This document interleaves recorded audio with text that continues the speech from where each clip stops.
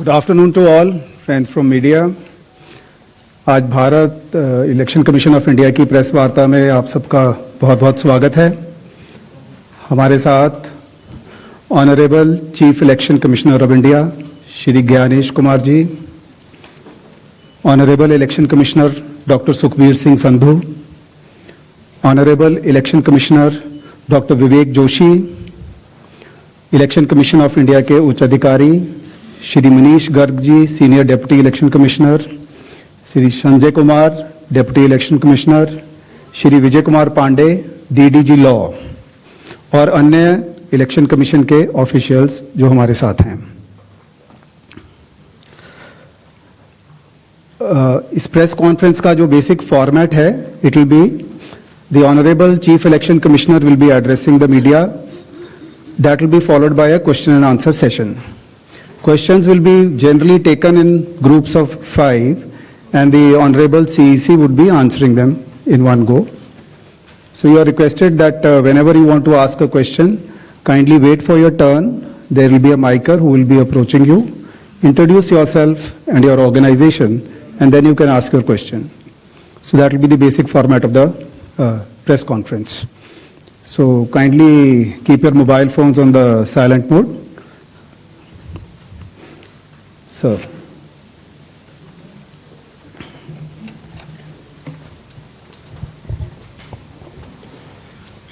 Honorable Election Commissioner Dr. Sukhbir Singh Sandhu ji, Honorable Election Commissioner Dr. Vivek Joshi ji,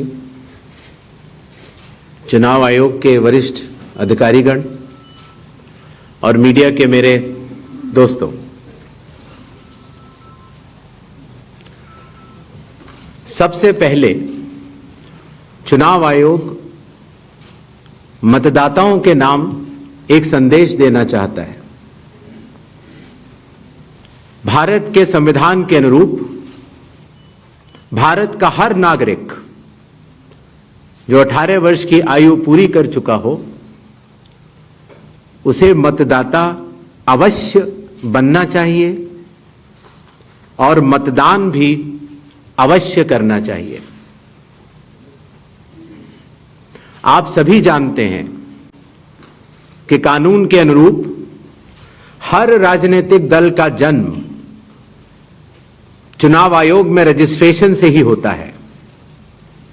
तो फिर चुनाव आयोग उन्हीं राजनीतिक दलों में भेदभाव कैसे कर सकता है?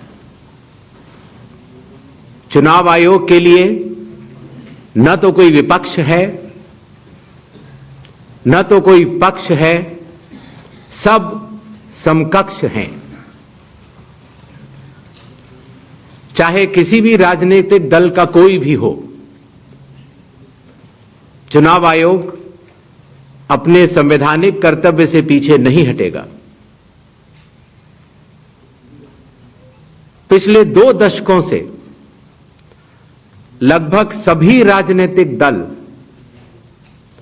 मतदाता सूची में त्रुटियों के सुधार के लिए मांग करते रहे हैं और इसी मांग को पूरा करने के लिए ही चुनाव आयोग ने गहन पुनरीक्षण अर्थात स्पेशल इंटेंसिव रिवीजन SIR की शुरुआत बिहार से की है।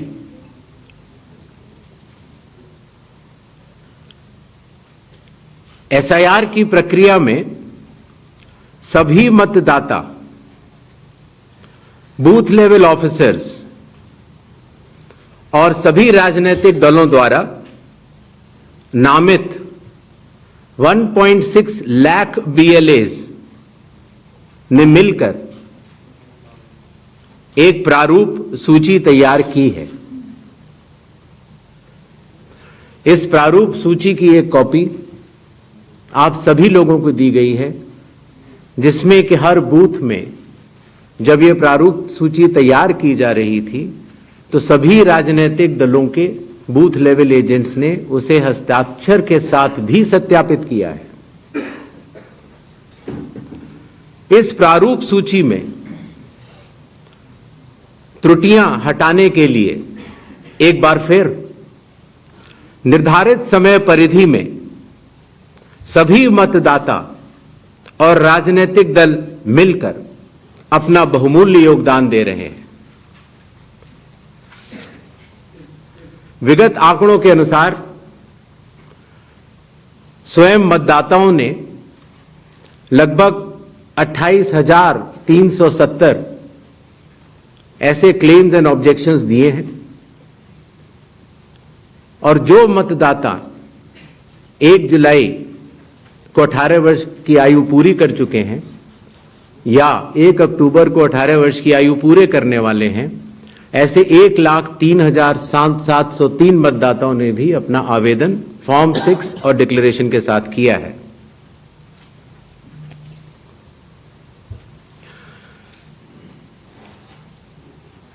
और इन क्लेम्स एंड ऑब्जेक्शंस के लिए, इन त्रुटियों को हटाने के लिए बिहार के एसआईआर में 1 अगस्त से 1 सितंबर का समय निर्धारित है। अभी भी 15 दिन का समय बाकी है। चुनाव आयोग सभी राजनीतिक दलों को उनके द्वारा नामित बूथ लेवल एजेंट्स को, नेशनल लेवल पॉलिटिकल पार्टीज को, स्टेट लेवल पॉलिटिकल पार्टीज को आह्वान करता है कि आने वाले 15 दिनों में जो भी प्रारूप मतदाता सूची उनको दी गई है उसमें अगर कोई भी त्रुटि हो तो उसको प्रिस्क्राइब्ड फॉर्म के तहत जमा करें। चुनाव आयोग के दरवाजे हमेशा सबके लिए समान रूप से खुले हुए हैं। जमीनी स्तर पर सभी मतदाता, सभी राजनीतिक दल और सभी बूथ लेवल ऑफिसर्स मिलकर एक पारदर्शी तरीके से कार्य कर रहे हैं, सत्यापित भी कर रहे हैं, हस्ताक्षर भी कर रहे हैं और वीडियो टेस्टिमोनियल्स भी दे रहे हैं। यह एक गंभीर चिंता का विषय है कि राजनीतिक दलों के जिला अध्यक्षों और उनके द्वारा नामित बीएलएस के ये सत्यापित दस्तावेज, टेस्टिमोनियल्स, उनकी आवाज उनके स्वयं के राज्य स्तर के या राष्ट्रीय स्तर के नेताओं तक या तो पहुंच नहीं पा रही है और या फिर जमीनी सच को नजरअंदाज करते हुए भ्रम फैलाने की कोशिश की जा रही है। सत्य तो यह है कि कदम से कदम मिलाकर सभी स्टेक होल्डर्स बिहार के एसआईआर को पूर्ण रूप से सफल बनाने के लिए कटिबद्ध हैं, प्रयत्न कर रहे हैं और कठिन परिश्रम कर रहे हैं। जब बिहार के 7 करोड़ से भी अधिक मतदाता चुनाव आयोग के साथ खड़े हैं तो न तो चुनाव आयोग की साख पर कोई प्रश्न चिन्ह खड़ा हो सकता है और न ही मतदाताओं की साख पर। कानून के अनुसार अगर समय रहते मतदाता सूचियों में त्रुटियां साझा न की जाएं, मतदाता द्वारा अपना प्रत्याशी चुनने के 45 डेज के भीतर माननीय उच्च न्यायालय में चुनाव याचिका दायर न की जाए और फिर वोट चोरी जैसे गलत शब्दों का इस्तेमाल करके जनता को गुमराह करने का असफल प्रयास किया जाए तो यह भारत के संविधान का अपमान नहीं तो और क्या है। जहां तक कि मशीन रीडेबल मतदाता सूची का सवाल है, माननीय सुप्रीम कोर्ट 2019 में ही कह चुका है कि यह मतदाता की निजता का हनन हो सकता है। Voter privacy can be breached. हमने कुछ दिन पहले देखा कि कई मतदाताओं की फोटो उनकी अनुमति के बिना मीडिया के समक्ष रखी गई, उनके ऊपर आरोप लगाए गए, उनका इस्तेमाल किया गया। क्या अपनी माताओं, बहुओं, बेटियों सहित किसी भी मतदाता की सीसीटीवी वीडियो चुनाव आयोग को साझा करनी चाहिए क्या? मतदाता सूची में जिसका नाम होता है वही अपने प्रत्याशी को चयनित करने के लिए वोट डालता है।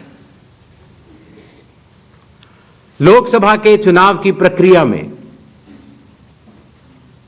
1 करोड़ से भी अधिक कर्मचारी, 10 लाख से भी अधिक बूथ लेवल एजेंट्स, 20 लाख से भी अधिक प्रत्याशियों के पोलिंग एजेंट्स चुनाव के लिए कार्य करते हैं। इतने सारे लोगों के समक्ष इतनी पारदर्शी प्रक्रिया में क्या कोई भी मतदाता वोट की चोरी कर सकता है? कुछ मतदाताओं द्वारा दोहरे मतदान के आरोप लगाए गए। सबूत मांगने पर जवाब नहीं मिला। ऐसे मिथ्या आरोपों से न तो चुनाव आयोग डरता है और न ही कोई मतदाता। जब चुनाव आयोग के कंधे पर बंदूक रखकर भारत के मतदाताओं को निशाना बनाकर राजनीति की जा रही हो, तो आज चुनाव आयोग सबको स्पष्ट करना चाहता है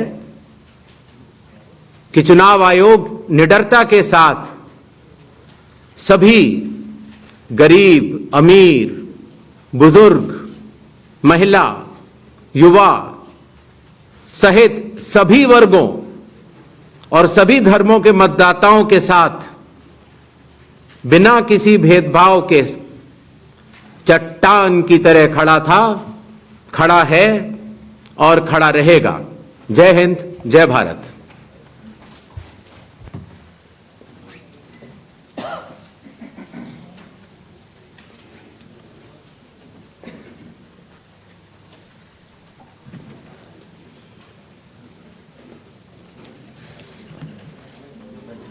Mic, please.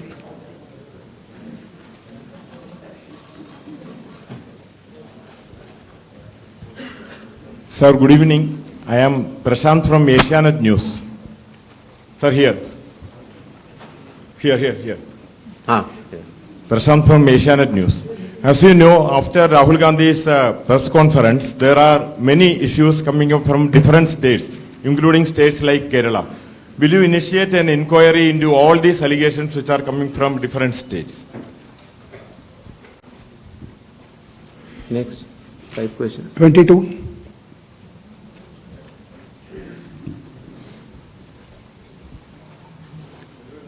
Sir, Please. I'll ask. Yeah. Hi. Please, Yeah. go ahead. Yeah. Sir, Aishwarya Paliwal from Aaj and India Today. Sir, 2 questions. First, sir, a lot of political parties have asked certain questions, but do you think all those questions are actually pointing towards the need for SIR? Sir, second question is arrangements, what arrangements you've made for the vulnerable groups? Because a lot of people are asking senior citizens, migrants, marginalized. So if you can focus on that, sir.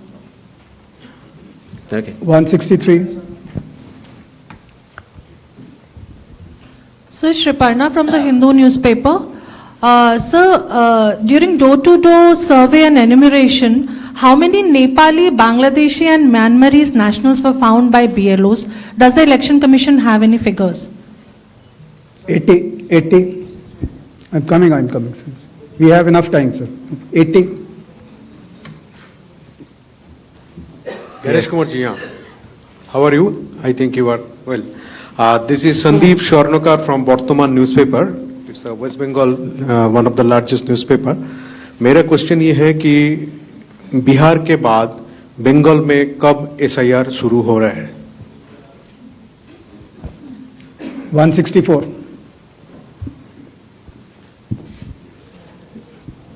Sir Neeraj हूँ news 18 India से, network 18 से। हमारा सवाल है कि special summary revision सालाना तौर पे होता है हर साल, तो SIR की जरूरत आपको कौन सा मतदाता सूची दोनों प्रक्रिया से अलग मिलेगा, हम ये जानना चाह रहे हैं। और एक सप्लीमेंट्री सवाल है इसी के साथ कि आपने कहा कि कुछ पॉलिटिकल पार्टीज के नेता भ्रम फैलाने की कोशिश कर रहे हैं।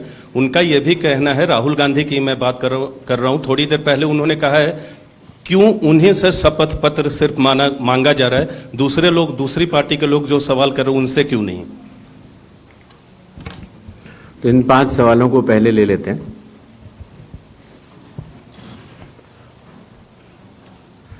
हमारे सारे मीडिया बंधुओं के माध्यम से मैं देश के मतदाताओं को ये बतलाना चाहता हूं कि जब भी मतदाता सूची का रिवीजन होता है तो उसकी प्रक्रिया वही होती है जो मैंने आपको अभी शुरू में बताई।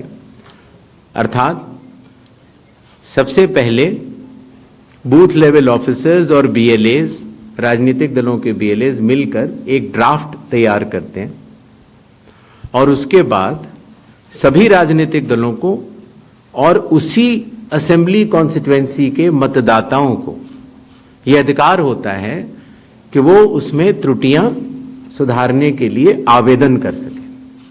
आवेदन 3 तरह के हो सकते हैं, या तो किसी का नाम छूट गया हो तो फॉर्म 6 होता है, या किसी का नाम गलत जुड़ गया हो या किसी और को जुड़वाना हो तो फॉर्म 7 होता है, और या कई बार उसमें विवरण गलत हो जाए, आपकी नाम की स्पेलिंग गलत हो जाए, फोटो गलत हो जाए, एड्रेस गलत हो जाए तो फॉर्म 8 होता है।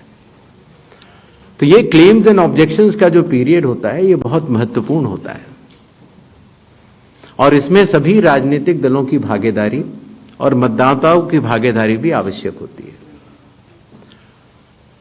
जब ये सारे क्लेम्स एंड ऑब्जेक्शंस आ जाते हैं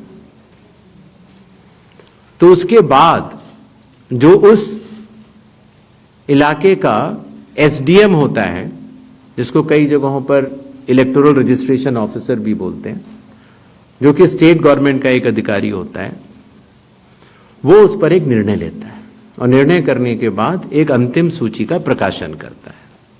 ये प्रक्रिया में आप सारे, आपके माध्यम से सभी मतदाताओं को बताना चाहता हूं, जिससे कि उन्हें भी सनद रहे कि पूरी प्रक्रिया होती क्या है।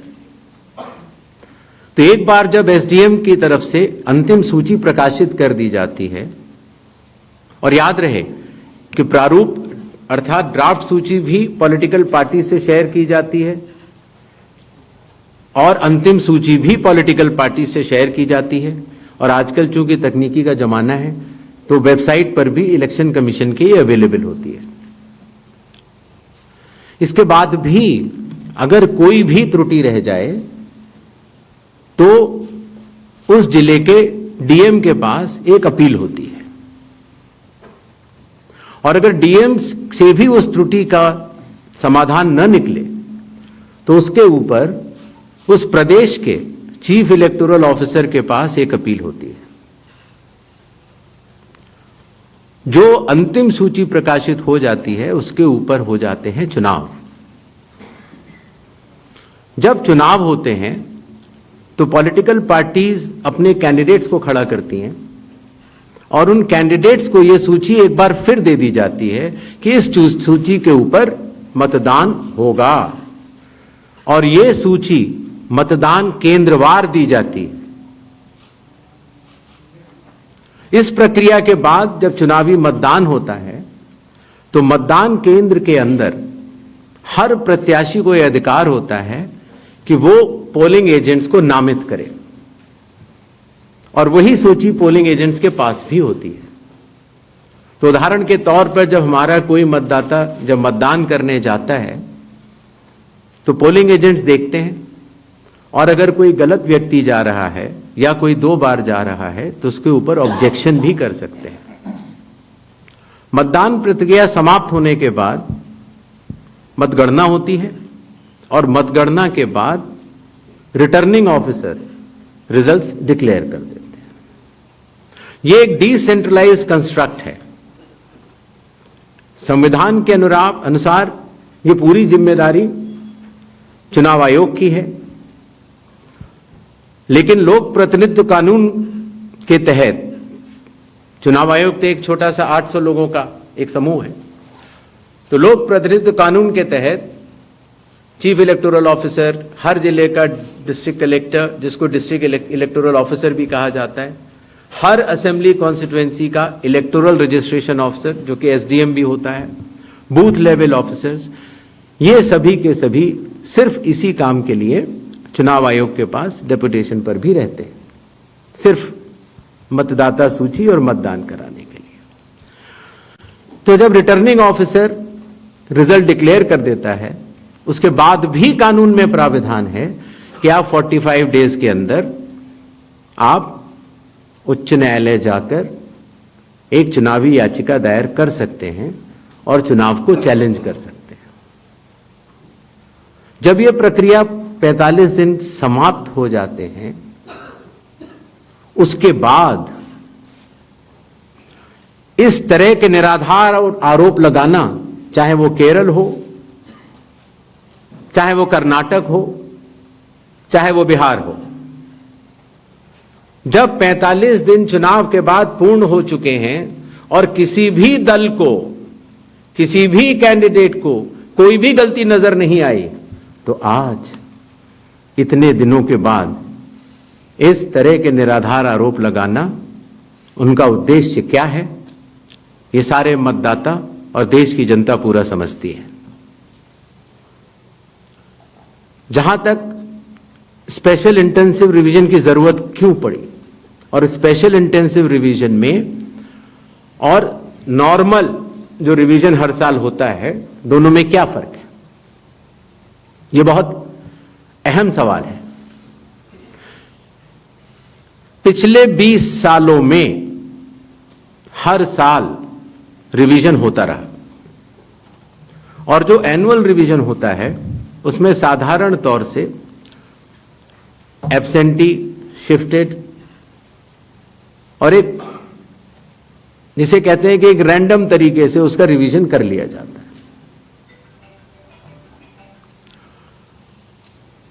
जब पिछले 20 सालों से इंटेंसिव रिवीजन नहीं हुआ, हालांकि पहले होते थे, अभी तक भारत में 10 से ज्यादा बार स्पेशल इंटेंसिव रिवीजन हो चुके हैं और स्पेशल इंटेंसिव रिवीजन की खासियत यह होती है कि मतदाता सूची को, इलेक्टोरल रोल को टोटली मैक्सिमम प्यूरिफाई करने के लिए एक इन्यूमरेशन फॉर्म भरा जाता है और हर मतदाता उसको जब भर के देता है तो उसका नाम मतदाता सूची में फ्रेश, एकदम नए तरीके से सूची बनाई जाती है। और यह इंटेंसिव रिवीजन इसलिए भी आवश्यक हो गया, एक तो सभी राजनीतिक दलों की लगातार शिकायतें आती जाती हैं कि साहब वहां पर वोट बढ़ गए, वहां पर वोट कट गए, इन लोगों का वोट सही बना, इन लोगों का वोट गलत बना। साथ ही साथ समय के साथ कई लोग जो गांव में रहते थे, जहां पर उनका वोट था, वो शहर में आ गए, उनका वोट गांव में रह गया और जब वो शहर में आए तो वोट कटवाने की प्रक्रिया की भी अपनी कानूनी जटिलताएं हैं, तो उनका वोट गांव में भी रह गया, शहर में भी हो गया। और आजकल आपको पता है, जैसे जैसे भारत का विकास होता जा रहा है, वैसे वैसे लोग शहर छोड़ के भी दूसरे शहरों में भी जाते हैं। मुझे आशा है कि जितने हमारे मीडिया बंधु हैं वो भी शायद किसी न किसी दूसरे शहर को छोड़ के यहां पर आए होंगे, तो जब वो यहां रहने लग जाते हैं तो उनका वोट यहां भी बन जाता है। तो इस तरह से करते करते एक व्यक्ति के जाने या अनजाने में कई जगह वोट रह गए।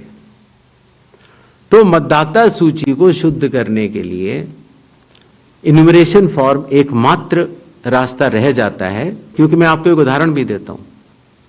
जैसे मान लीजिए श्रीपर्णा चक्रवर्ती जी हैं, उनका पहला वोट था श्रीपर्णा चक्रवर्ती के नाम से, दूसरा वोट जब वो दूसरी बार उन्होंने भरा तो उन्होंने भर दिया एस चक्रवर्ती। पिताजी का नाम मुझे पता नहीं है, माफ करें, लेकिन ए बी चक्रवर्ती भरा। अगली जगह जब उन्होंने भरा तो उन्होंने कहा कि नहीं, अखिल बी चक्रवर्ती। तो यह संभव हो जाता है जानना कि ये दो व्यक्ति एक है कि नहीं। तो एक ही तरीका है कि उसके लिए इन्यूमरेशन फॉर्म जारी किए जाएं और एक व्यक्ति एक बार में एक ही इन्यूमरेशन फॉर्म भरेगा, जिससे कि मतदाता सूची का शुद्धिकरण भी होगा। अगर उनका नाम गलत लिख गया है तो वो भी वो सही कर सकते हैं, अगर उनकी फोटो ठीक नहीं है तो वो भी सही कर सकते हैं, अगर उनका पता ठीक नहीं है, माता पिता का नाम ठीक नहीं है तो वो भी ठीक कर सकते हैं। तो ये रही SIR की आवश्यकता। SIR में डोर टू डोर जाना पड़ता है।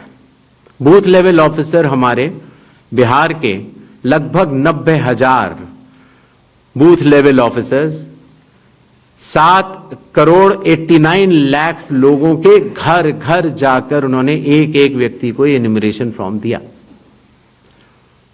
जो लोग मृत पाए गए या जो लोग घर पे नहीं थे, जो उन्होंने पड़ोसियों ने कहा या उनके घर वालों ने कहा कि ये परमानेंटली शिफ्ट हो गए हैं, या जिन लोगों ने कहा कि नहीं साहब मैं तो पहले ही दूसरी जगह एन्यूमरेशन फॉर्म भर चुका हूं, अर्थात उसका नाम 2 जगह था, ऐसे लोगों के फॉर्म वापस नहीं मिले और 7,24,00,000 फॉर्म वापस मिले 30 दिन के अंदर।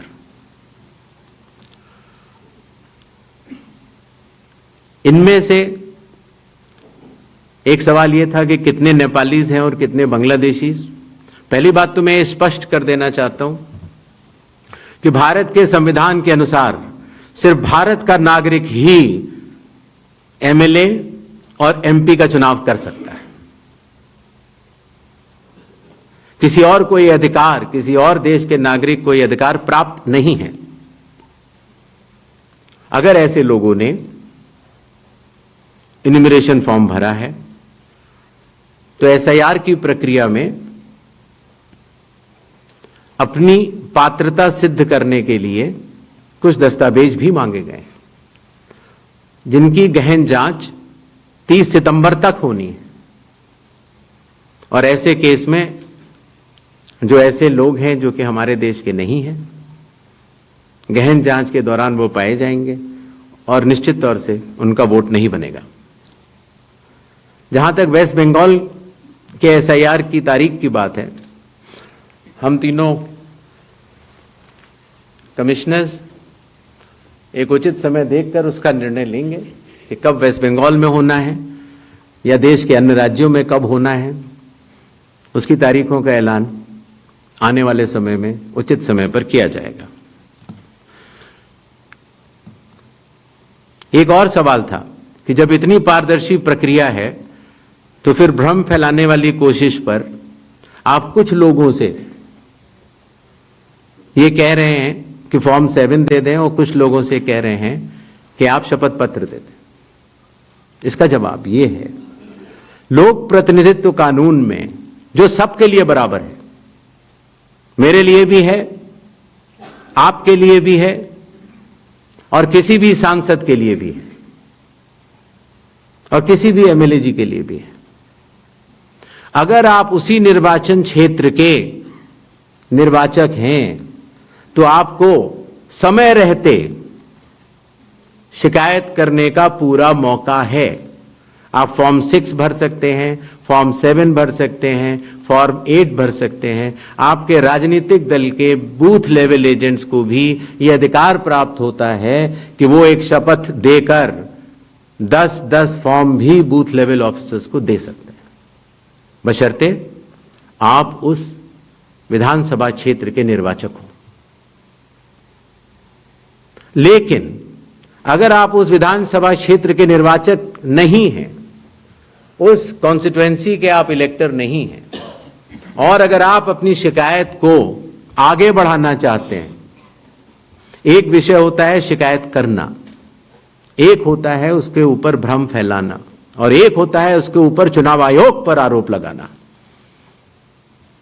तो ग्रेडेड रिस्पांस के तहत अगर आप उस क्षेत्र के निर्वाचक नहीं हैं तो आपके पास एकमात्र कानून में विकल्प है, और वो है रजिस्ट्रेशन ऑफ इलेक्टर रूल्स रूल संख्या 20 sub clause 3 sub clause B, जो ये कहता है कि अगर आप निर्वाचक नहीं हैं उस विधानसभा क्षेत्र के, तो आप एक विटनेस के तौर पर अपनी शिकायत दर्ज करा सकते हैं और इलेक्टोरल रजिस्ट्रेशन ऑफिसर को आपको एक ओथ देनी होगी और वो ओथ जिस व्यक्ति के खिलाफ आपने शिकायत की है उसके सामने एडमिनिस्टर करानी होगी।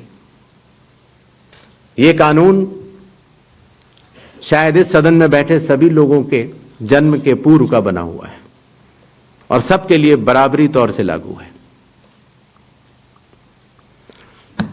आशा है इन 5 सवालों को मैंने जवाब दे दिया होगा। आगे बढ़े। 4. I'm coming. Hi, sir. Please, I'll come to you, no problem. Hi, sir. Vrinda from Hindustan Times. Yes. So, first question is that initially when the draft electoral rolls were uploaded on the website, these were machine readable and searchable as well. The size was smaller, the pictures were clearer. But soon after Rahul Gandhi's press conference, the rolls were updated and they were changed into non-machine readable, non-searchable, low quality pictures. So was that because a lot of searches were being conducted in these rolls? And secondly, why is the dual epic ID issue there in Bihar? Despite the commission saying back in May that, we have resolved it across the country. 76. Sir मैं मुकेश कौशिक हूँ दैनिक भास्कर से। Sir आपने देखा होगा कि Rahul Gandhi leader of opposition ने central Bengaluru की constituency की तहकीकात की और ढेर सारे आरोप लगाए। उनका कहना था कि फेक सस्पिशियस वोटर बन रहे हैं, मैनिपुलेटेड हैं, मास एडिशन हुए हैं। इसके 2-3 दिन बाद ही बीजेपी के पावरफुल लीडर अनुराग ठाकुर जी ने प्रेस कॉन्फ्रेंस की और उन्होंने कहा कि उनके पास कंक्रीट प्रूफ हैं कि कंक्रीट प्रूफ है इस बात के कि lakhs of suspicious voters, duplicate voters, fake addresses, age manipulation, mass addition have been found in Wayanad, Raebareli and other constituency. देश की 2 बड़ी राजनीतिक पार्टियां ये आरोप लगा रही हैं कि fake voters, bogus voters, manipulation of age, duplicate voters ये मौजूद हैं। तो आप कितना सहमत हैं और इन आरोपों के आप क्या जांच कोई कराएंगे? 196. Hi, I'm coming. Shri Gyanesh Kumar, मेरा नाम परंजॉय गुहा ठाकुरता है, मैं फ्रीलांस जर्नलिस्ट हूँ। Paranjoy Guha Thakurta. Sir, few questions. इतना हड़बड़ी में आपको एसआईआर करने का क्या जरूरत है जब बाहर चल रहे बिहार में बारिश के समय, और समय बहुत लोग कह रहे हैं बहुत कम है। आपको सुप्रीम कोर्ट ने आदेश किया 14 तारीख के दिन, आपको मशीन रीडेबल जो 65 लाख लोग का नाम नहीं है तो आपको देना पड़ेगा। इससे पहले आपने क्यों नहीं दिया? आखिरी सवाल है कि महाराष्ट्र में जो 40 लाख नया वोटर आए हैं और लोग कह रहे हैं कि पहला बार महाराष्ट्र के इतिहास में, भारतवर्ष के इतिहास में वोटर ज्यादा और 18 साल उम्र के लोग कम, और 5 बजे के बाद बहुत लोग वोट दिया। तो ये सारे जवाब मुख्यमंत्री देवेंद्र फडणवीस दे रहे हैं, राजनीतिक दल का नेता दे रहे हैं, चुनाव आयोग अभी तक खामोश थे, क्यों? 279.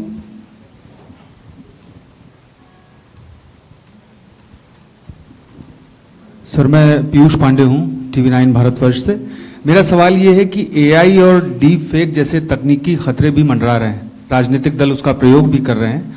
क्या चुनाव आयोग के पास इस पर शिकंजा कसने के लिए कोई कानूनी प्रावधान है और क्या इसको लेकर के कोई कदम उठाया जा रहा है? दूसरा एक सवाल मेरा ये है कि सुप्रीम कोर्ट ने जब आदेश दिया तब चुनाव आयोग 65 लाख हटाए गए वोटरों की सूची जारी करने की दिशा में काम कर रहा है।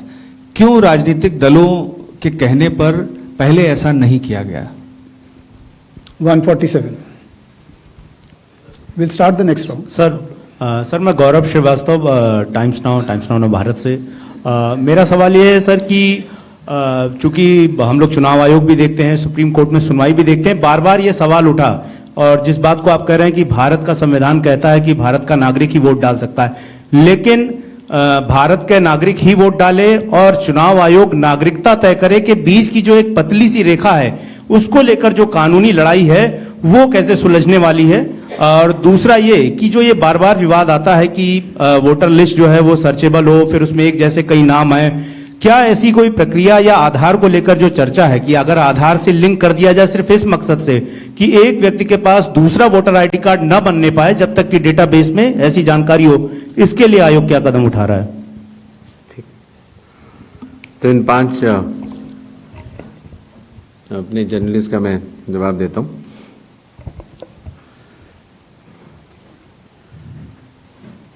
मशीन रीडेबल मतदाता सूची और सर्चेबल मतदाता सूची, दोनों में हमें अंतर समझना होगा। जो चुनाव आयोग की वेबसाइट में मतदाता सूची होती है उसमें आप एपिक नंबर डाल के सर्च कर सकते हैं, डाउनलोड भी कर सकते हैं। इसको मशीन रीडेबल नहीं कहा जाता। मशीन रीडेबल के ऊपर मैंने आपको शुरुआती उसमें बताया था कि 2019 में माननीय सुप्रीम कोर्ट ने भी इस विषय का गहन अध्ययन किया और यह पाया कि मशीन रीडेबल इलेक्टोरल रोल देने से वोटर की प्राइवेसी का हनन हो सकता है। इसलिए मशीन रीडेबल एक अलग चीज है। जो मशीन रीडेबल का अर्थ होता है कि आप उस इलेक्टोरल रोल को पढ़ भी सकते हैं, उसमें अगर आपके पास कंप्यूटर पे वो लिस्ट सूची आ गई तो आप ये फोटो उठा के दूसरी जगह भी डाल सकते हैं। अगर आपने एक व्यक्ति की फोटो दूसरी जगह डाल दी और पलट दी तो वो व्यक्ति वोट ही नहीं कर पाएगा, क्योंकि जब वो वोट करने जाएगा तो उसका चेहरा नहीं मिलेगा। तो मशीन रीडेबल एक अलग चीज है, मशीन रीडेबल वर्जित है। तो उसको आप, ये चुनाव आयोग का अकेला फैसला नहीं है, ये चुनाव आयोग का फैसला माननीय सुप्रीम कोर्ट के जजमेंट के बाद है और 2019 से है। तो मशीन रीडेबल अलग चीज हो गई और एक लिस्ट को सर्च करना वो एक अलग विषय हो गया। जब आप एक लिस्ट को सर्च करते हैं तो उसमें एक सवाल यह आया था कि डुप्लीकेट एपिक की समस्या चुनाव आयोग ने जब पहले सॉल्व कर ली तो इस तरह के डुप्लीकेट एपिक दोबारा कैसे आए। डुप्लीकेट एपिक 2 तरीके से हो सकते हैं। एक कि एक व्यक्ति जो वेस्ट बंगाल में है, जो व्यक्ति अलग है, उसका एक एपिक नंबर है, और एक व्यक्ति जो हरियाणा में है उसका एपिक नंबर भी वही है। अर्थात एपिक नंबर 1 व्यक्ति 2। जब यह सवाल उठा लगभग मार्च 2025, जब हम लोगों ने उसके ऊपर चर्चा की और उसको हम लोगों ने पूरे देश भर में सुलझाया, लगभग ऐसे 3 लाख लोग मिले जिनकी एपिक संख्या 1 थी। तो उनकी एपिक संख्या बदल दी गई, जिससे एक ही एपिक से 2 लोग ना हो, एक ही नंबर के 2 लोग ना हो। दूसरी तरह की डुप्लीकेसी ऐसे आती है जब एक ही व्यक्ति का एक से ज्यादा जगह मतदाता सूची में नाम हो और उसका एपिक नंबर अलग हो, अर्थात व्यक्ति 1 एपिक अनेक। पहली वाली स्थिति यह थी एपिक 1 व्यक्ति अनेक। तो एपिक 1 व्यक्ति अनेक की समस्या तो चुनाव आयोग ने पहले सुलझा ली, लेकिन जब यह विषय आया कि एक ही व्यक्ति और उसके कई एपिक्स हैं, तो कुछ केसेस में जब शिकायत आई तो हम लोगों ने तहकीकात की तो यह समझ में आया कि जो व्यक्ति, जैसे मैंने आपको बताया था कि अगर वो गांव में रहता था तो वहां उसका एक जगह नाम था, फिर वो शहर में आया, फिर वो वहां से चलते चलते दिल्ली या बंबई पहुंच गया और उसने अपना पुराना नाम डिलीट नहीं कराया। पहले यह संभव नहीं था। 2003 से पहले नाम अगर आपको पुरानी जगह से कटवाना है तो कोई वेबसाइट नहीं थी इलेक्शन कमीशन की जिसमें एक ही जगह सारा डेटा हो। हर स्टेट की अलग अलग वेबसाइट थी। तो नतीजा, अगर आप पटना से चल के दिल्ली आ चुके हैं और आप पटना का वोट कटवाना चाह रहे थे तो आप एक पत्र लिख सकते हैं। अब उस पत्र के ऊपर कार्रवाई हुई, आपने सही जगह भेजा, नहीं भेजा और आपका वहां वोट नहीं कटा।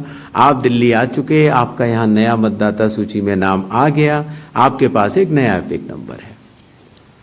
तो 2003 से पहले चूंकि तकनीकी सुविधा अवेलेबल नहीं थी, तो इस तरह के बहुत लोग जो माइग्रेट कर करके अलग अलग जगह गए, उनके नाम कई जगह आ गए।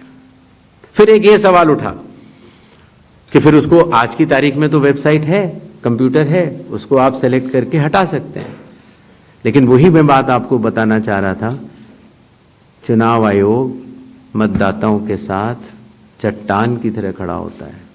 अगर किसी के कहने से मैं आपका वोट काट दूं या किसी के कहने से मैं ये मानूं कि पीयूष जी के नाम के, अगर आपको अंदाजा न हो तो अगर पीयूष जी के नाम को अगर आप 100 करोड़ में सर्च करेंगे तो आपको हजारों लोग मिलेंगे। अब कौन से पीयूष जी का नाम काटा जाए? कौन से पीयूष जी दो हैं ये? तो अगर इसको जल्दीबाजी में किया जाएगा तो किसी भी मतदाता का नाम गलत कट सकता है, आपकी जगह किसी और का कट जाए। इसलिए शायद पिछले 20 सालों में टेक्नोलॉजी तो थी, लेकिन टेक्नोलॉजी का उपयोग करके किसी का मतदान में नाम काट, मतदाता सूची से नाम काटा जाए, ये गलत होगा। और इसीलिए चुनाव आयोग ने ऐसा नहीं किया।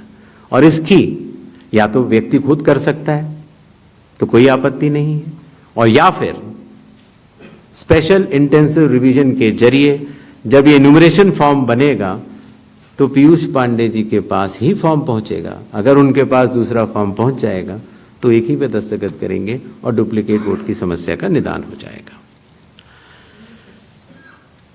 एसआईआर में हड़बड़ी क्यों? यह भी एक भ्रम फैलाया जाता है। आप लोग मुझे बताएं कि चुनाव से पहले मतदाता सूची शुद्ध करनी चाहिए या चुनाव के बाद? चुनाव से पहले। और यह बात चुनाव आयोग नहीं कह रहा है, यह बात लोक प्रतिनिधित्व कानून कह रहा है कि हर चुनाव से पहले आपको मतदाता सूची शुद्ध करनी होगी। यह चुनाव आयोग का कानूनी दायित्व है। फिर यह बात आई कि 7 करोड़ से ज्यादा बिहार के मतदाताओं तक क्या चुनाव आयोग पहुंच पाएगा? हकीकत आपके सामने है। जब 24 जून से यह कार्रवाई शुरू हुई तो यह पूरी प्रक्रिया लगभग 20 जुलाई तक ही समाप्त हो गई। फिर यह बात आई कि साहब जुलाई में क्यों? उस समय मौसम अच्छा नहीं होता। तो आपकी जानकारी के लिए मैं बताना चाहता हूं कि बिहार में इसके पहले भी 2003 में एसआईआर हुआ था और उसकी तारीख थी 14 जुलाई से 14 अगस्त, और तब भी सफलतापूर्वक हुआ था और इस बार भी सफलतापूर्वक सबके एन्यूमरेशन फॉर्म्स वापस आ गए। एक और सवाल पूछा गया कि माननीय सुप्रीम कोर्ट के कहने से हम लोगों ने ये मशीन रीडेबल फॉर्मेट क्यों दिया? माननीय सुप्रीम कोर्ट ने ये स्पष्ट कहा है कि हर जिले की अलग वेबसाइट बनाई जाए और हर जिले की वेबसाइट पर एपिक नंबर से सर्च होने वाली सूची रखी जाए। और आपको ये जानकर हर्ष होगा कि 56 घंटों के अंदर चुनाव आयोग ने उसका अनुपालन किया है और हर जिले की वेबसाइट की सूची आप सबको जो फोल्डर दिया गया है उसमें है, आप भी सर्च कर सकते हैं।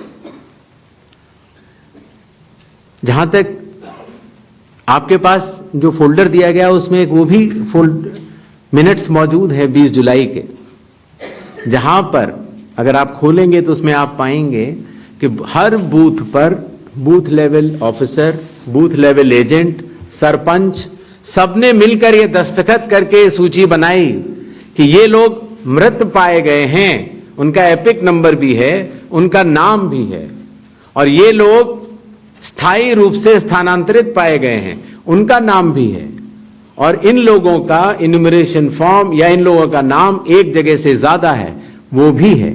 आप उस सूची को देखें तो ऐसा नहीं है कि चुनाव आयोग ने ये लिस्टें साझा नहीं की थी, लेकिन चूंकि इसका अंतिम निर्णय अभी ईआरओ ने नहीं लिया था, इसीलिए ये सूचियां राजनीतिक दलों को दे दी गई थी, और कुल मिलाके जिन लोगों के इन्यूमरेशन फॉर्म नहीं आए वो 1 अगस्त को जब ड्राफ्ट लिस्ट दी गई थी राजनीतिक पार्टियों को, वो भी दस्तावेज आपको दिए गए हैं जिसमें कि हर पॉलिटिकल पार्टी ने साइन करके ये लिस्ट ली है, जिसमें कहा है कि ये वाले नाम तो आ चुके हैं प्रारूप सूची में और ये वाले नाम नहीं आए हैं। हर जिला प्रेसिडेंट ने उस लिस्ट को सत्यापित किया है 1 अगस्त को और अपने टेस्टिमोनियल्स भी दिए हैं। तो ये सूचना और भी लोगों तक पहुंचे, आप तक भी पहुंचे। चुनाव आयोग तो पारदर्शिता का स्वागत करता है और ये बहुत ही अच्छी बात है। शायद इससे अगर कुछ लोग जो छूट गए हों, अगर वो नाम दे पाए, तो चुनाव आयोग का तो नारा है हर पात्र मतदाता को सूची में लाना है और हर अपात्र मतदाता को सूची से हटाना है। तो उस उद्देश्य में ये हमारी मदद कर रहा है। एआई और डी फेक हमारे लिए वास्तव में चुनौती है। अभी कल किसी एक ट्विटर हैंडल पर एक एआई जनरेटेड वीडियो थी जो कि सत्य से परे, लेकिन इस तरह की चुनौतियों का सामना करने के लिए चुनाव आयोग तो भरसक प्रयास करेगा, लेकिन कानून के दायरे में ही रहकर कर सकता है।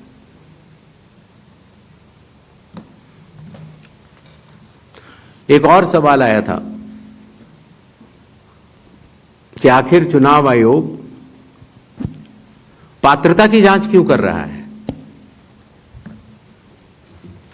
संविधान के अनुच्छेद 326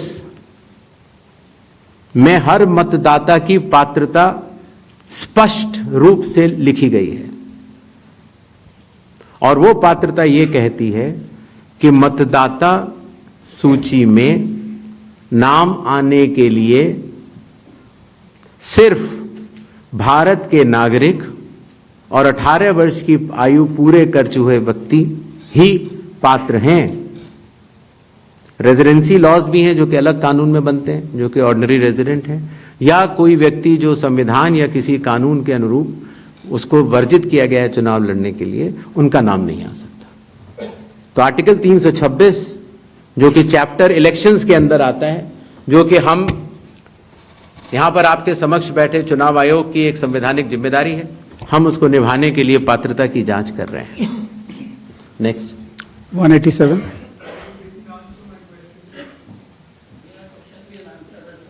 विल कम बैक। उसका जवाब मैं दे चुका हूं, शायद आपने, मैं दोबारा बता देता हूं। ग्रेडेड रिस्पांस होता है चुनाव आयोग का। अगर आप किसी भी विधानसभा के निर्वाचक हैं और समय रहते हुए अगर आप त्रुटियां बताते हैं तो आपको फॉर्म 7 भरना होता है। अगर आप किसी भी विधानसभा के निर्वाचक हैं और समय परिधि के बाद अगर गलतियां बतलाते हैं तो उसको सिर्फ एक राजनीतिक स्टेटमेंट माना जाता है।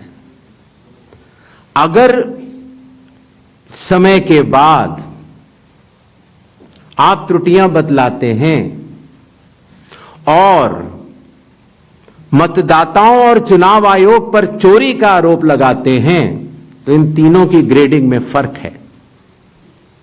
और इसीलिए मैं सभी से यह निवेदन करूंगा कि अगर आप निर्वाचक नहीं हैं और अगर आपको शिकायत करनी है चुनाव आयोग के समक्ष, तो आपके पास, मेरे पास, किसी भी सांसद के पास, किसी भी एमएलए के पास और आपके पास भी सिर्फ एक ही विकल्प है, और वो विकल्प है registration of electoral rules, rule 20, sub clause 3, sub clause B, जिसमें कि आपको इलेक्टोरल रजिस्ट्रेशन ऑफिसर के सामने जिस भी कारण से आप बता रहे हैं कि ये गलत है, आप वो एविडेंस प्रोड्यूस करेंगे और आप शपथ लेंगे और आप इस बात को बताएंगे आगे। 187.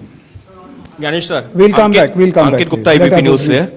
सर, दो तीन सवाल हैं जो एक दूसरे से जुड़े हुए हैं। पहला सवाल ये है, जिसका भी आप भी जिक्र कर रहे थे, कि साल भर में जो है ये स्पेशल समरी रिवीजन जो है कई बार होता है, स्पेशल समरी रिवीजन।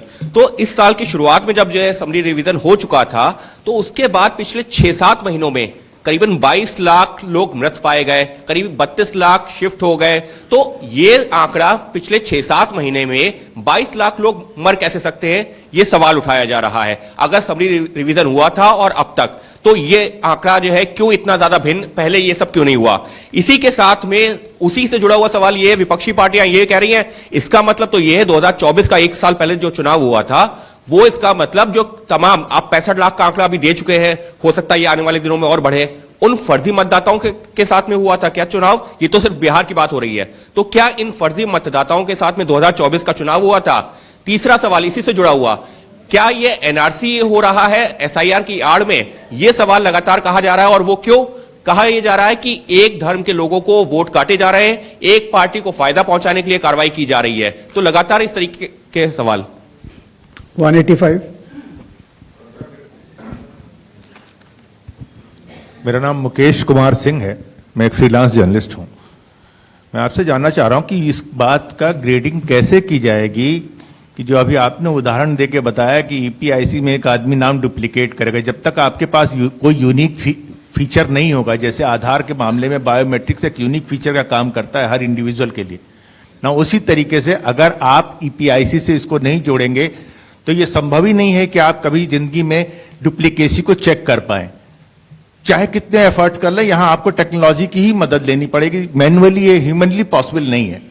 और इसी से जुड़ा हुआ सवाल ये भी है कि जब इस तरह की चीजें हमारे सामने आती हैं, यानी डुप्लीकेसी को चेक करने की, वही डुप्लीकेसी हमारे सामने जब वोटर लिस्ट में सामने आती है तो एक नया बखेड़ा खड़ा होता है। आप चुनाव आयोग के सामने सबसे इंपॉर्टेंट चीज यह है कि अगर किसी चीज की शिकायत की जा रही है तो क्या चुनाव आयोग सबसे पहले शिकायत की जांच करने पर जोर देगा या शिकायतकर्ता कौन है उसकी जो है वो कलई खोलने पर जोर देगा? ये एक ऐसी सवाल, एक कॉन्स्टिट्यूशनल इंस्टीट्यूशन पे इस तरह का दाग भी लगना अपने आप में शर्मनाक है। यानी अगर उससे आप हमें बचाइए, इस देश को तो बचाइए, इस डेमोक्रेसी को बचाइए, हम आपसे ये उम्मीद करते हैं। 247.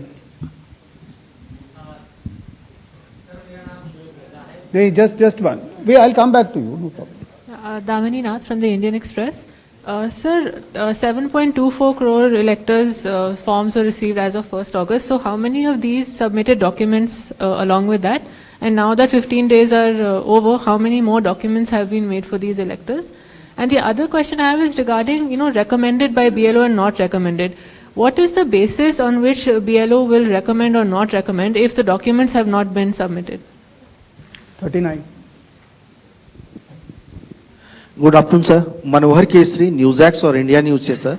सर, चुनाव आयोग लगातार क्लेरिफाई कर रहा है और कह रहे हैं सारे डाटा जो है सो मिसलीड करने वाले हैं, लेकिन आज भी राहुल गांधी ने इस बात को कहा है कि महाराष्ट्र में 1 करोड़ मतदाता जोड़ा गया, वोटों का हेराफेरी लगातार किया जा रहा है। तो क्या इससे चुनाव आयोग की छवि धूमिल नहीं हो रही है? अगर धूमिल हो रही है तो आप लोग लीगल एक्शन उनके खिलाफ क्यों नहीं ले रहे हैं? दूसरा, लगातार वोटर का जो है सो ट्रस्ट चुनाव आयोग पर इससे कम हो रहा है, तो ट्रस्ट बढ़ाने के लिए आप लोग क्या करेंगे? 218. हेलो, इधर सर, मैं सर इधर राइट साइड, प्रशांत देव, न्यूज 24 से। 2 सवाल हैं सर मेरे। पहला सवाल यह है कि जो 65 लाख नाम कटने की बात आ रही है, ये तो ठीक है, आंकड़े बढ़ भी सकते हैं, घट भी सकते हैं। कितने नाम जुड़े फॉर्म 6 के, मतलब नए मतदाताओं, जब से एसआईआर शुरू हुई कितने नाम जुड़े? दूसरा, आपने कई बार ये बात कही कि निराधार आरोप लगाए जा रहे हैं, वोट चोरी की जा रही है जिसमें कोई सत्यता नहीं है। अगर ये बात सच है, दूसरी तरफ आप ये कहते हैं कि वैध मतदाता कोई छूटे नहीं। और अगर कोई लीडर, कोई भी लीडर अगर इस तरह का झूठ बोल रहा है, क्या आपके पास कोई अधिकार नहीं है उनके खिलाफ कानूनी कार्रवाई करने का? आप उनको बनाते हैं, रजिस्ट्रेशन देते हैं। ये दो सवाल है सर। पहला ये था कि 6 महीनों में इतने मृत लोग कैसे पाए गए। शायद इसका जवाब मैं पहले दे चुका था कि पिछले 20 सालों से जब ये नॉर्मल रिवीजन होता है तो घर घर जाकर इन्यूमरेशन फॉर्म नहीं दिया जाता है, और शायद इसलिए कई बार जब घरों में किसी की मृत्यु हो जाती है तो वो इन्फॉर्मेशन बीएलओ के पास कैसे आएगी? तो बीएलओ के पास अगर उस परिवारजनों ने न बताई तो बीएलओ के पास संभव नहीं होगा। इसीलिए 22 लाख मतदाता कोई 6 महीने में मरे हुए नहीं हैं। ये वो मृत मतदाता हैं जो लगभग पिछले 20 सालों में रिकॉर्ड करने से छूट गए, और इन्यूमरेशन फॉर्म की वजह से ये सत्य सामने आ रहा है। एक बात जो मैं आपके माध्यम से भारत की जनता तक पहुंचाना चाहता हूं वो ये है कि मतदाता सूची एक विषय है और मतदान करना दूसरा विषय है। मतदाता सूची में किसी का नाम गलत आ सकता है। अगर बूथ लेवल ऑफिसर से गलती हुई हो या राजनीतिक दलों ने उस पर ध्यान न दिया हो तो किसी भी व्यक्ति का नाम मतदाता सूची में गलत आ सकता है। शायद ही किसी भी मतदान केंद्र में उस लेवल का परफेक्शन एसआईआर से पहले न रहा हो जहां की इस तरह की त्रुटियां न रही हो। इसके दो कारण हैं। एक तो हमारे बूथ लेवल ऑफिसर्स की जो ट्रेनिंग अब हम लोगों ने दिल्ली में शुरू की है और उसके साथ साथ उनके दायित्व को उनको समझाना। तो आपको अंदाज होगा कि कितने बूथ लेवल ऑफिसर्स हैं इस देश में? 10.5 लाख। तो 10.5 लाख बूथ ऑफिसर्स इस गुणवत्ता के साथ काम करें, प्रयत्न पूरा होता है, लेकिन कुछ गलतियां रह जाती हैं। अब वो गलतियां सुधारी कैसे जाएं? तो उन गलतियों को सुधारने के लिए ही चुनाव आयोग ने जिन जिन राजनीतिक दलों को मान्यता दी है उन दलों को ही यह अधिकार दिया है कि आपके जिला अध्यक्ष बूथ लेवल एजेंट्स को नामित कर सकते हैं और वो उनको सूची भी दी जाएगी और वो उसको शुद्ध भी कर सकते हैं। बूथ लेवल एजेंट्स भी उसी बूथ में रहने वाला व्यक्ति होता है। तो ये हमारी एक साझा जिम्मेदारी है, मतदाता की, बूथ लेवल ऑफिसर अर्थात चुनाव आयोग के पास जो डेपुटेशन पर अधिकारी है उसकी, और राजनीतिक दलों की। तो मतदाता सूची को शुद्ध करना, जिस पर हम आगे अब एसआईआर के साथ बढ़ रहे हैं, तो साझी जिम्मेदारी है।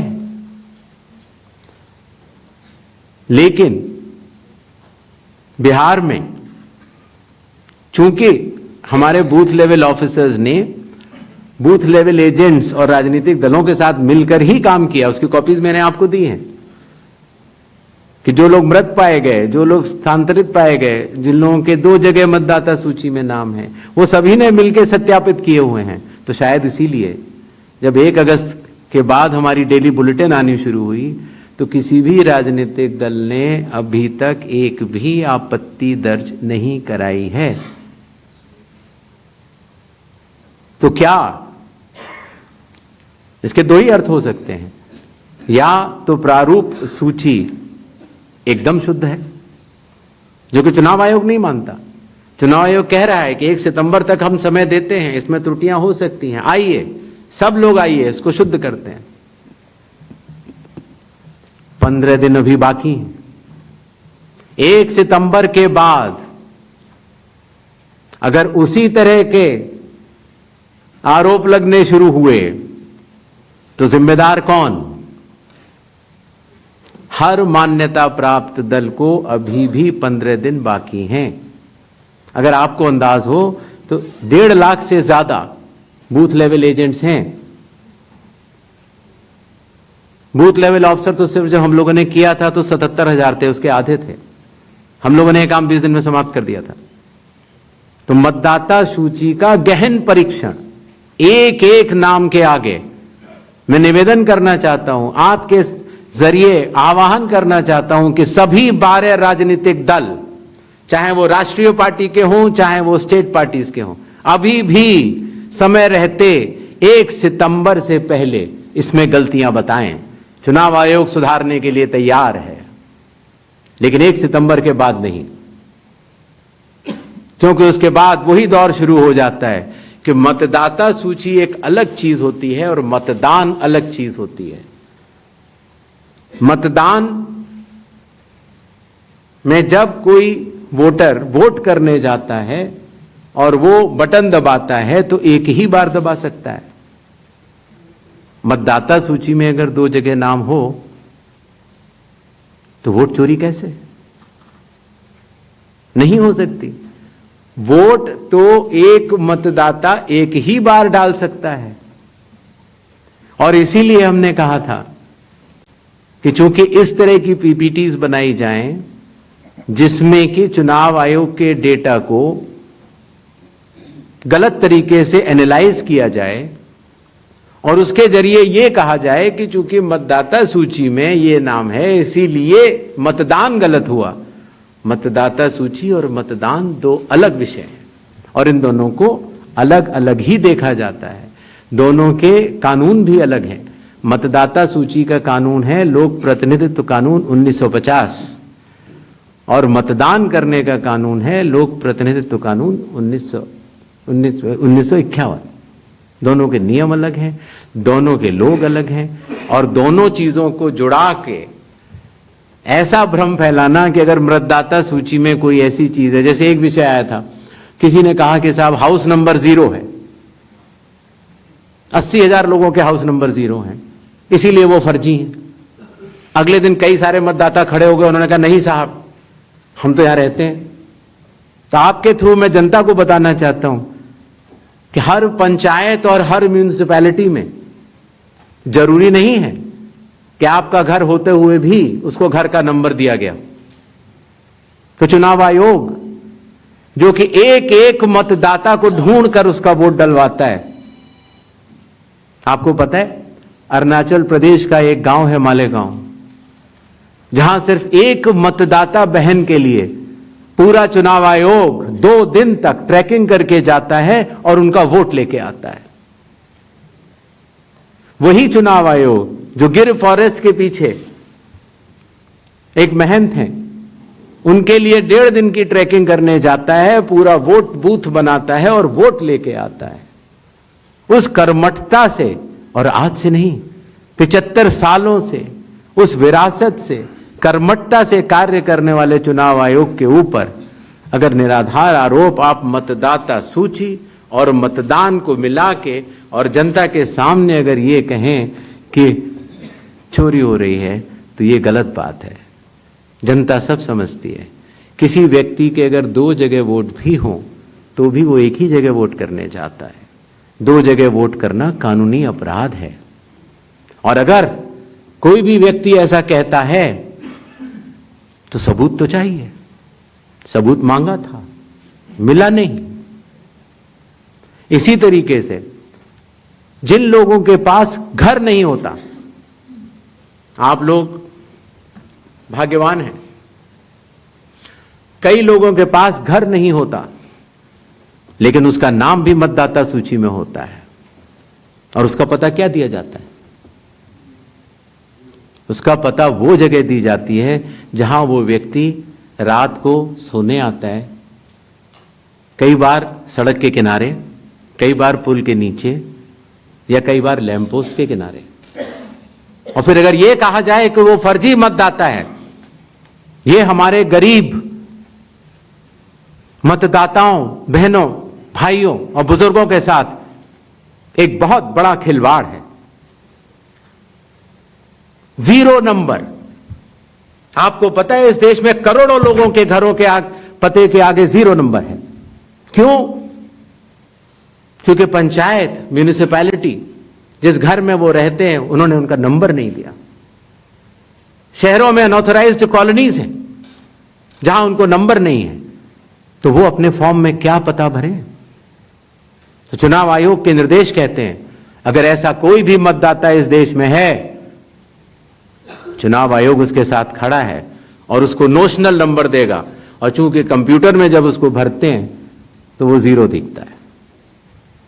इसका अर्थ ये नहीं है कि वो मतदाता नहीं है। मतदाता बनने की शर्तों में आपका पता इतना अनिवार्य नहीं है जितनी कि आपकी नागरिकता और आपके 18 वर्ष की आयु पूरा होना और जितना कि आप उस बूथ के आजू बाजू में रहते हैं। इन अनिवार्यताओं के तहत ही आपका वोट बनता है। शिकायत के ऊपर जांच क्यों नहीं होती, इस सवाल का जवाब भी देना बनता है। अगर मीडिया में किसी एक व्यक्ति के बारे में शिकायत आ जाए तो चुनाव आयोग कहता है कि नियम में तो नहीं है लेकिन कर लेनी चाहिए। वो सीईओ को बोलता है, या सीईओ कई बार चीफ इलेक्टोरल ऑफिसर स्वतः संज्ञान ले लेते हैं, डीएम स्वतः संज्ञान ले लेते हैं और जांच कर लेते हैं। लेकिन अगर आरोप 1.5 लाख मतदाताओं का हो तो क्या बिना किसी सबूत के, बिना किसी हलफनामे के 1.5 लाख मतदाताओं को नोटिस जारी कर दिया जाए?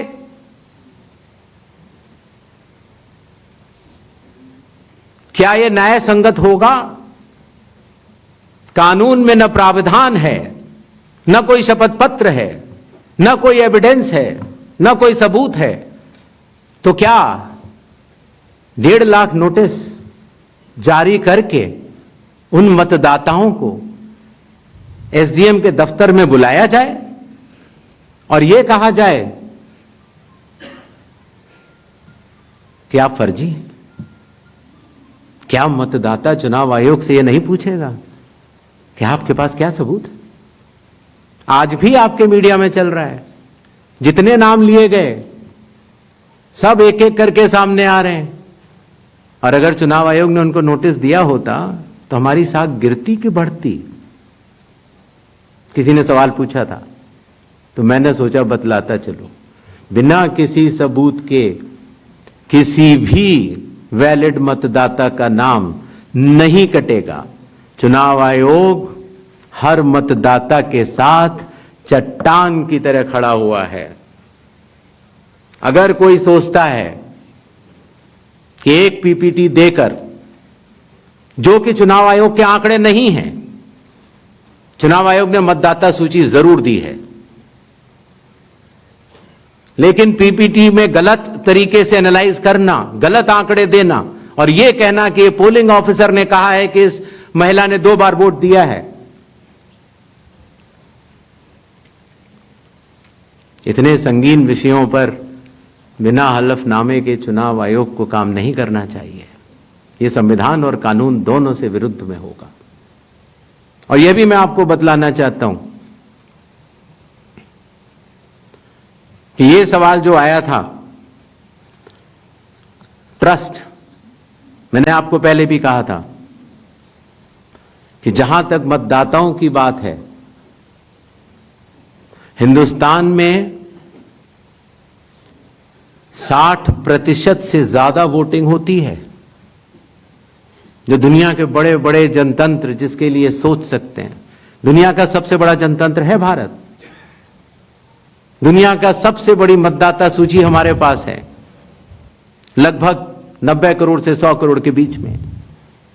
सबसे बड़ी मतदाता सूची, सबसे बड़े चुनाव कर्मियों की फौज, सबसे ज्यादा मतदान करने वाले लोगों की संख्या, और इन सब के समक्ष, सारे मीडिया के समक्ष यह कहना कि अगर मतदाता सूची में आपका नाम एक बार और है तो आपने 2 बार मतदान किया होगा और कानूनी अपराध किया होगा, और मेरे सारे मतदाताओं को अपराधी बनाना और चुनाव आयोग शांत रहे, संभव नहीं।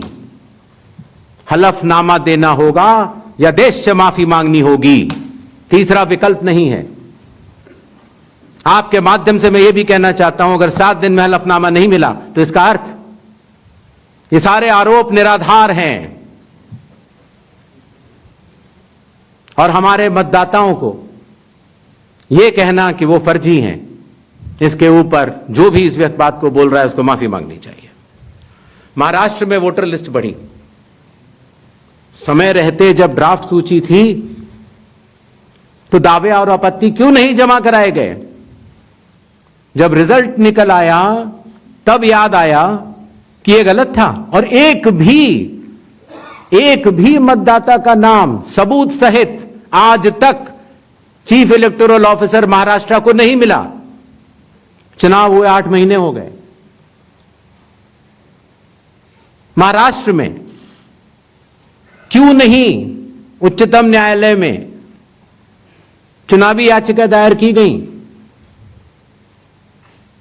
फिर एक बात यह कही गई कि आखिरी घंटे में इतना मतदान कैसे? चुनाव आयोग ने जवाब दिया था और आप सबने लिखा भी था कि अगर 10 घंटे मतदान होता है तो हर घंटे 10% का औसत होता है। आखिरी घंटे में 10% से कम मतदान हुआ। तो यह बात कैसे कही जा रही है? ऐसा नहीं होता कि किसी भी बात को अगर आप 10 बार बोलते रहें, 20 बार बोलते रहें तो सच हो जाए। सच सच होता है और सूरज पूरब में ही उगता है, किसी के कहने से पश्चिम में नहीं उगा करता। नेक्स्ट, जस्ट नेक्स्ट राउंड 272 सबको मौका देना है। प्लीज प्लीज प्लीज 272, 167, 184, 81, ये लास्ट है 266। सर हेलो, यस सर मैं अखिलेश हूँ IANS न्यूज एजेंसी से। सर मैं अखिलेश हूँ IANS न्यूज एजेंसी से। मेरा सवाल यह है कि सुप्रीम कोर्ट ने अभी आपको कहा है कि 22 तारीख को नेक्स्ट हियरिंग होनी है कि आप ये 11 के अलावा जो लोग छूट गए हैं अपना नाम दर्ज कराना चाहते हैं वो आधार लेकर जाएं। आधार को उन्होंने कहा है कि आप उसको कंसीडर कीजिए। इसका मतलब ये है कि आप जब आगे का SIR कराएंगे या पूरे देश में कराएंगे तो आप ये मान चुके हैं कि 12वां आपका आधार होगा। दूसरी बात, दूसरा सवाल मेरा कि राहुल गांधी संवैधानिक पद पे हैं, नेता प्रतिपक्ष हैं, उनके तमाम सवालों को आपने जवाब दिया और कहा कि सबूतों के साथ आरोप लगाया जाना चाहिए। तो क्या आपको लगता है कि वो गंभीरता से आरोप नहीं लगा रहे हैं या वो सिर्फ राजनीति करने के लिए ऐसा कर रहे हैं? तीसरा मेरा सवाल है कि आपने कहा कि बार बार कहा कि आपको दो सवाल पूछिए। अगर देर से आप देते हैं, आप सवाल उठाते हैं तो आपको एफिडेविट देना पड़ेगा। अखिलेश यादव ने 18,000 नामों की एफिडेविट दिया हुआ है। ये राजनीति में बार बार सवाल उठ रहा है कि आपने उसका जवाब नहीं दिया। ये 3 सवाल हैं सर मेरे। ठीक, yes please ask one question only sir, please restrict yourself to one question. बता सर संजय शर्मा आज तक से। मेरा सवाल यह है कि आयोग ने राहुल गांधी से कहा कि वो हलफनामा दें, उसके बगैर कार्रवाई नहीं होगी। बीजेड ने सवाल उठाया है, बीजेडी ने 2024 के लोकसभा चुनाव के पहले। सुन नहीं पाया, जरा दोबारा बोल दीजिए। संजय शर्मा आज तक से हूं। मेरा सवाल, आयोग नया जरूर है, सवाल पुराना है, लेकिन सवाल उससे जुड़ा है क्योंकि आप भी RP एक्ट की दुहाई देते हैं और संविधान की। तो 2024 के लोकसभा चुनाव के बाद बीजेडी ने यह कहा कि उन्होंने हलफनामा देकर उड़ीसा में मतदाता सूची में गड़बड़ी की शिकायत आपसे की थी, तो उसमें अब तक क्या कार्रवाई हुई है वो अगर आप बता सकें तो सही होगा। और दूसरा, लोग टाइमिंग को लेकर सवाल उठा रहे हैं, एक तरफ राहुल गांधी की प्रेस कॉन्फ्रेंस है, दूसरी तरफ मुकाबले में चुनाव आयोग की। क्या चुनाव आयोग रथ का टूटा पहिया लेकर कृष्ण की तरह आगे बताएं? जी। हाँ, भाषा देखिए, भाषा अच्छी रहे तो अच्छा लगता है जी। सर 184 मैं इंडिया टीवी से शोएब रजा। मेरा सवाल सर ये है कि बिहार में जो ड्राफ्ट की सत्यता की जांच हो रही है, बाद में जो सर्टिफिकेट दिए जा रहे हैं, ऐसी बहुत बड़ी आबादी है, हम गए थे बिहार में, जो वो दस्तावेज 11 के 11 में से एक भी नहीं दे पा रहे। अभी हम देख रहे थे कि उनमें से मूल निवास प्रमाण पत्र के लिए एक होड़ मची हुई है बनाने की, आधार से ही बन रहा है वो भी। तो उन लोगों के लिए मुश्किल ही हो रहा है कि जो 15 दिन का अब समय बचा है उसमें भी अगर वो मूल निवास प्रमाण पत्र या इस तरह कोई सर्टिफिकेट नहीं बनवा पाते और एक बड़ी आबादी ऐसी रह जाती है जिसकी सत्यता नहीं होती, तो उनके लिए आप लोग क्या करेंगे? 266 इधर दीजिए 266. Sir, Anubhuti Bishnoi from the Economic Times. Sir, I'll repeat this question because you haven't replied to that one. 7.2 crore enumeration forms have come in.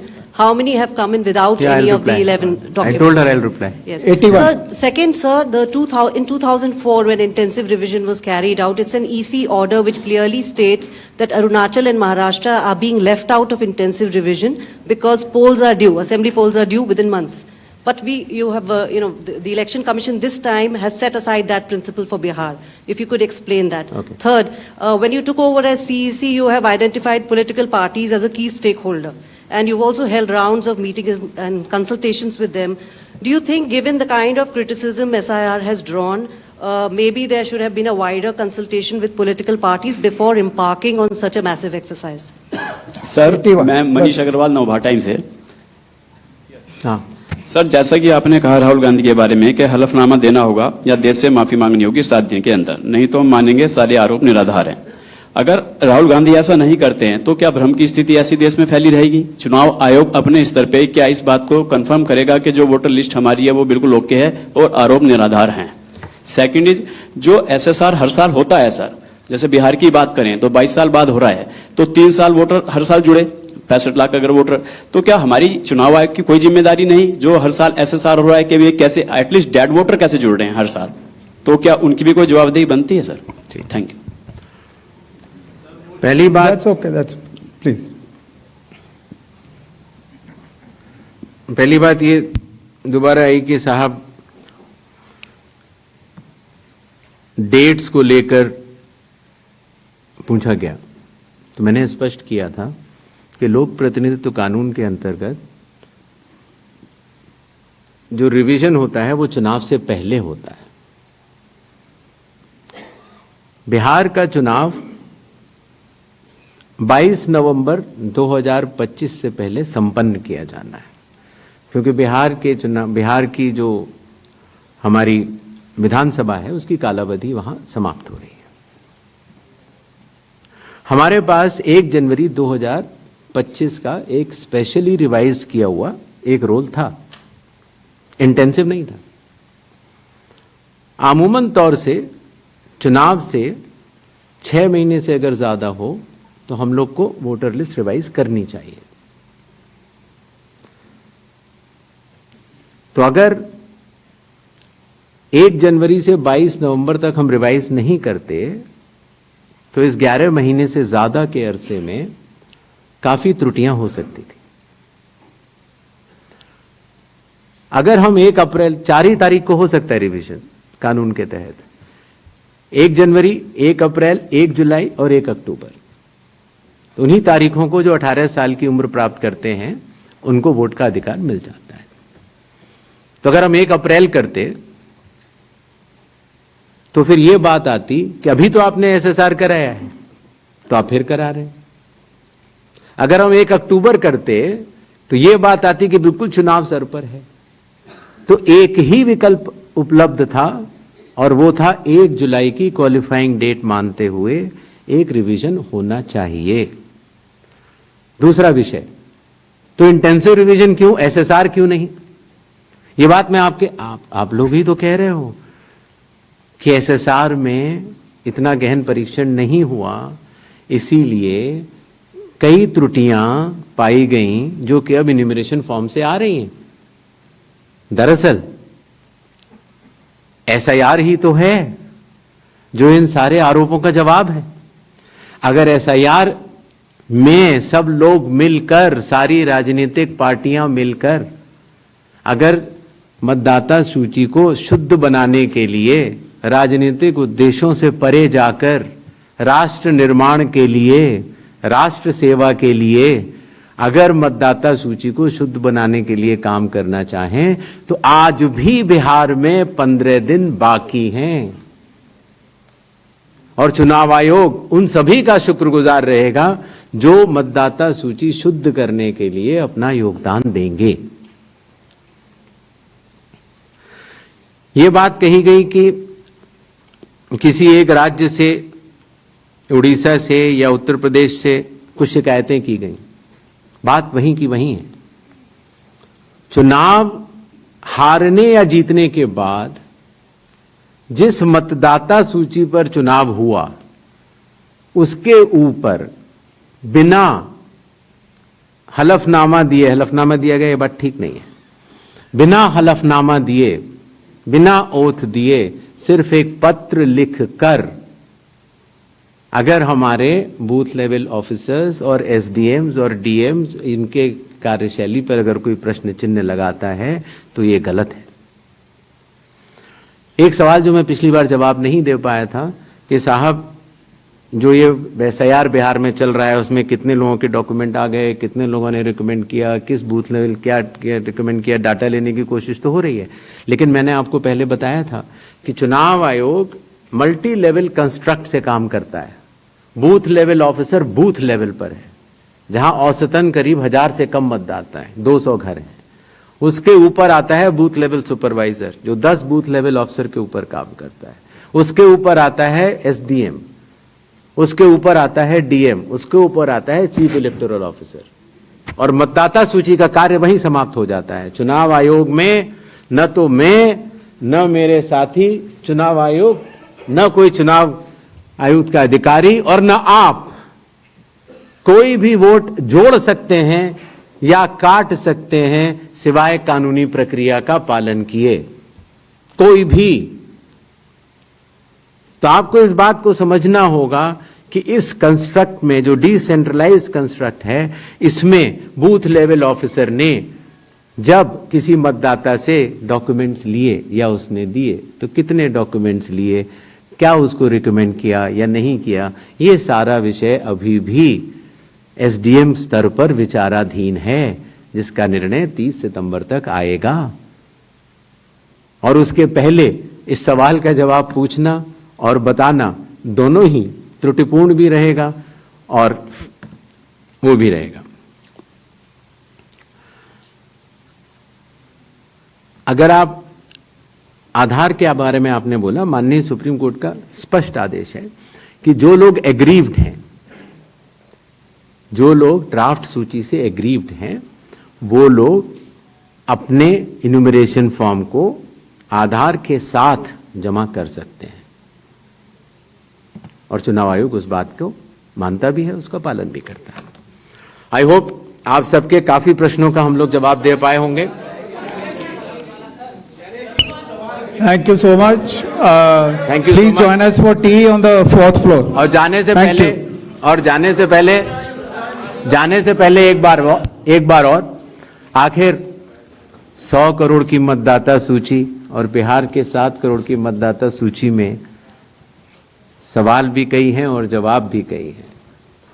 सच सुनने की क्षमता भी होनी चाहिए और समझने की क्षमता भी। तो मैं सिर्फ इतना कहना चाहता हूं जाने से पहले कि एक बार फिर आप सबके माध्यम से भारत के मतदाताओं को बहुत बहुत नमस्कार।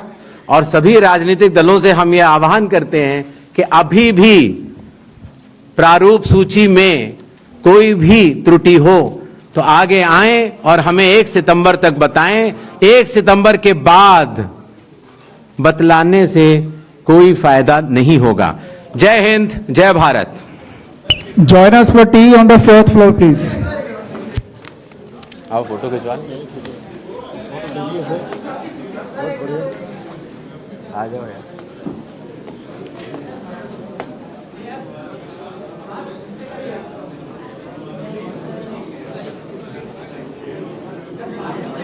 चलिए, हो गया।